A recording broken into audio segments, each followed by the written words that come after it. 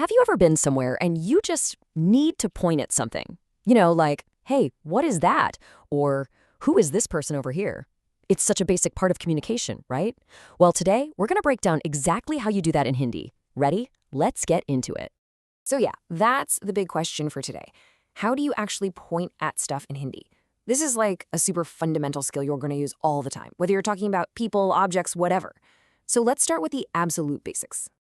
All right, first up, this or that. We're just talking about single items for now. One person, one thing. And the whole game really just comes down to one simple question. Is it close to you or is it far away? Okay, so to say this for something or someone that's, right here next to you, the word is yeah, which you say like ya. And what's really cool is that ya can mean this, he, or she. All you got to remember is it's for stuff that's near you. Let's look at a real example. Say your friend Rahul is standing right beside you. You'd introduce him by saying, Yah Rahul hai. See? Yah, because he's right here. Pretty simple, right? Now, what if you're introducing your friend Sarah?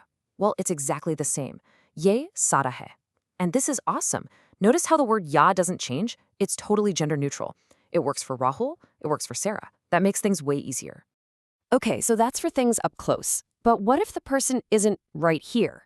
For anything or anyone that's farther away, you're going to use the word wah, pronounced vah. And just like ya, this one little word can mean that, he, or she. The only thing that matters is distance. Let's bring Rahul back. But imagine this time, he's standing way over on the other side of the room. You'd point and say, wo Rahul hai.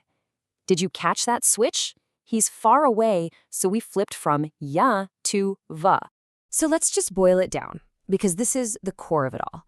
Ya is for things right here, and va is for things over there. Honestly, if you can remember that one distinction, you are golden. And you know what's great? Everything we just talked about for people works for objects too.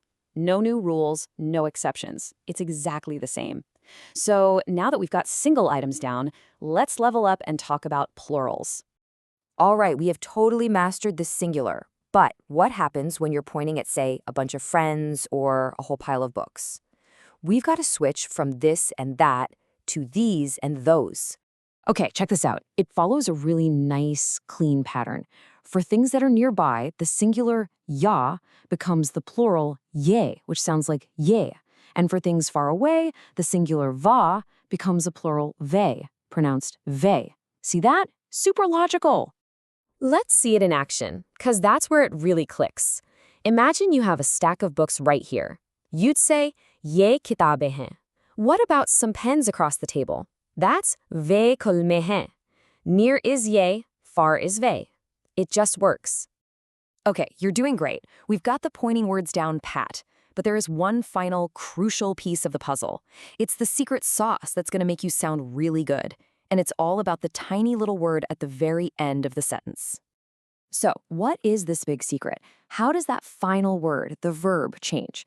You've got to make it match whether you're talking about one thing or many things. And trust me, it's incredibly simple, but it makes all the difference in the world. And here it is, the golden rule. For any singular subject, like ya or va, the sentence always ends with he, pronounced he. But for plural subjects, like ye or ve, it ends with he, which is hain. See that little dot on top of the second one? That's key. Yup, that's literally it. The only real difference is a slightly more nasal sound, hain, instead of ha, and that tiny dot, which is called a bindu. It is such a small change, but it has a huge impact on making your grammar perfect.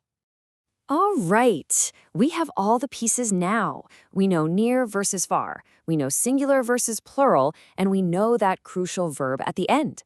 Let's do a quickfire round and put it all together. You ready? This is a book. Okay, let's break it down. It's one book and it's near, so we use ya. Since it's singular, the sentence has to end with he. Yah kitab hai. Perfect. Next up, that is a house. Okay, the house is over there, it's far away. So that means we need va. It's still just one house, so the verb stays high. Va ghar hai. You got this. Now let's shake things up with a plural. These are pens. The pens are close to us, so we use ye. And because there's more than one, what happens to the verb?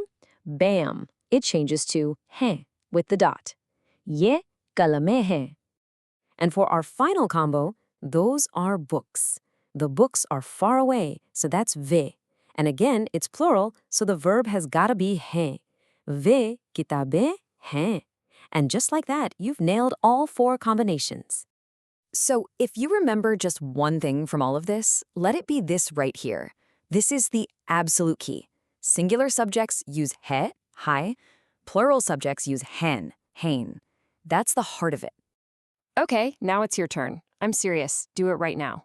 Look around whatever room you're in. Find something close to you. Can you describe it out loud? Is it yehe, because it's just one thing, or is it yehe, because there are a few of them? Go on, give it a shot.